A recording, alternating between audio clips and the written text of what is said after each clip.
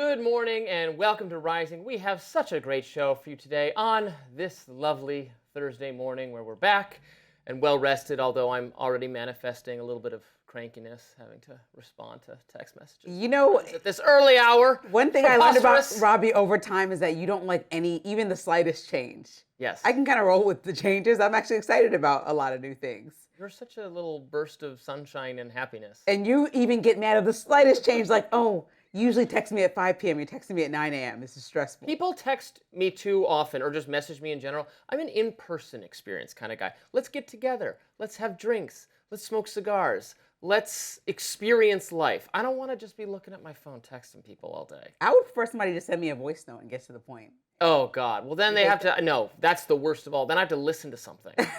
Ugh. Coming up on Rising, God, Democratic Senator Dick Durbin says a whistleblower has received that FBI Director Kash Patel's alleged decisions on Bureau-controlled aircraft have negatively impacted high-profile investigations. Plus, Vice President J.D. Vance and the Administrator for Medicare and Medicaid Services, Dr. Oz, well, they announced they were withholding almost $260 million in Medicaid funding to Minnesota in response to the state's fraud scandal. And lawmakers grilled President Trump's Surgeon General pick, Casey Means, on Capitol Hill Wednesday. We're going to dive into that. But first, Robby, what is on your radar?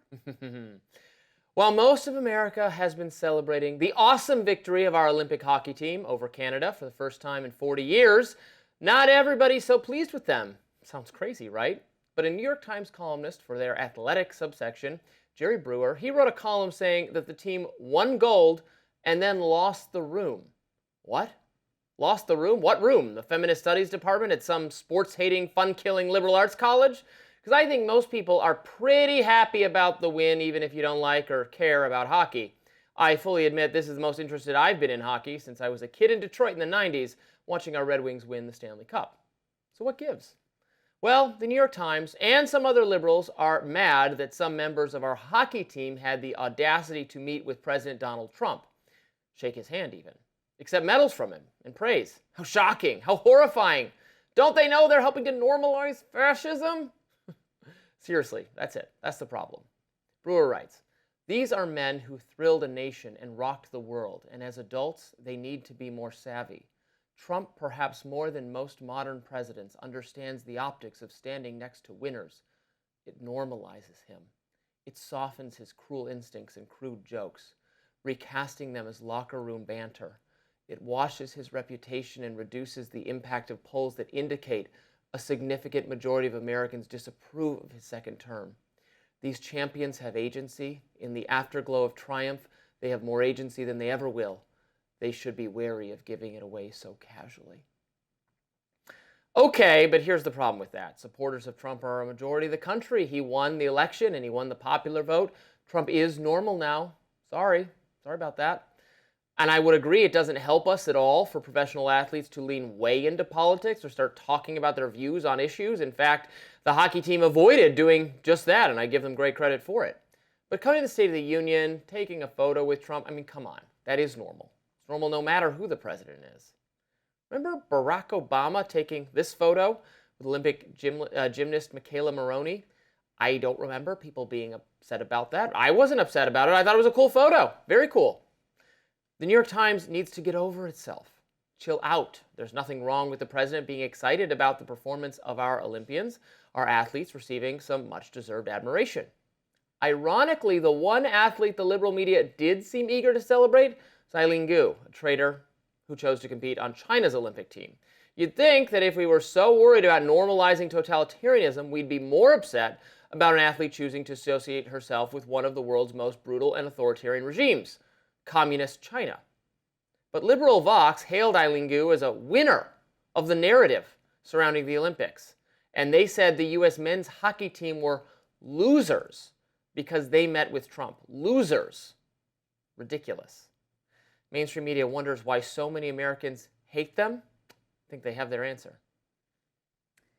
Okay, well, I'm going to tell you flat out, I didn't like that New York Times article. I think that people should have the autonomy to go visit the White House, whether it's purely for the fact that you want to go see what it looks like or meet a sitting president.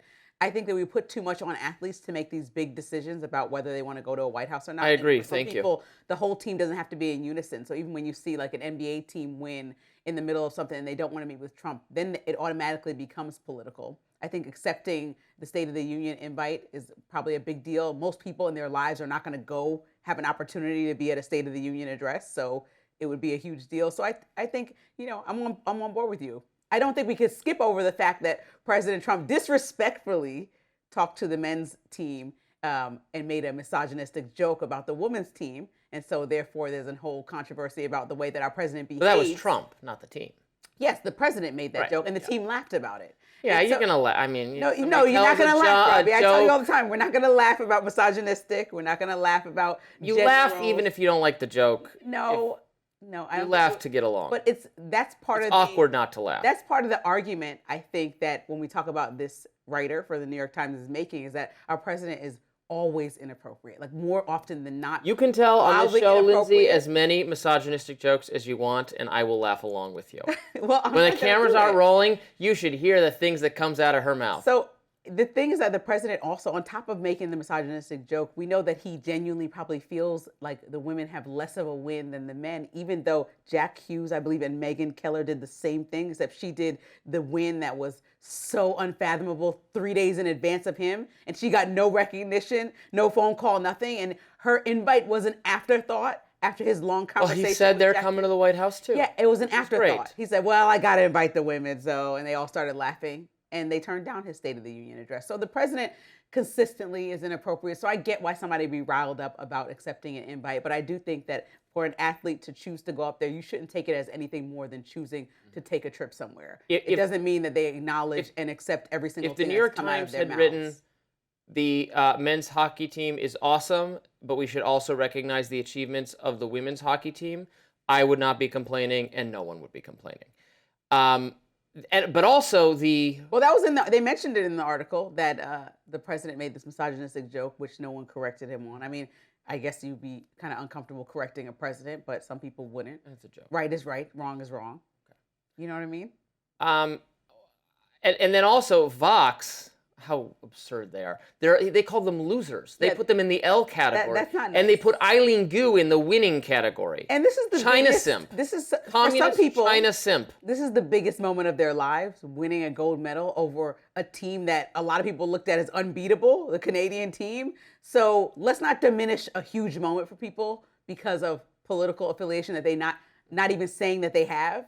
They just want to be winners and not criticized. I think in the last months, what I've seen through our conversations is that we constantly ask athletes these random questions about how they feel about the U.S. in turn, which they relate to how they feel about President Trump, which are not the same thing. Right. You And can feel a way about the country. They versus should just how you say feel about nothing. the And president. the men's hockey team did say nothing. They were asked, and I think it was it Jack Hughes at I think it was him at the press conference who just said, yeah, I don't really know, so, I don't want to talk about it, which is the correct answer. And our athletes are put in this position by our media when news people never ask, again, the Chinese athletes, what about the treatment of the Uyghurs, which is far worse than anything Donald Trump is doing. That's actual authoritarianism, but we don't call them out for it. And so it's just absurd. Just ask them about the games and ask them about sports stuff. Stick to sports. That's my advice for sports people. Stick to sports. Well, I think if they're going to lean into politics, they're welcome to, but just know it's a whole different world. And once you do, I mean, if they you want to kinda say gotta something, stick they beside can, but your they don't know perspective. anything, and it's better if they know. Some of them might, and that's why people might be hesitant, like the women's team, to come to a State of the Union when they know the president has said more than one thing derogatory about women, and then they got folded right into that through a phone call and a misogynistic joke. So some people might take the actions as a cosign. I think no matter how you take it, it's up to you to make the decision, and we shouldn't politicize a huge moment in these athletes' lives. I think just as reporters shouldn't come up to me and start asking me about hockey, they shouldn't go up to hockey players and start asking about politics. It just invites disaster. Vice President J.D. Vance, next up, he wasted no time acting on President Trump's latest directive. Here's how he is cracking down on fraud in Minnesota. That's coming up. We'll be right back.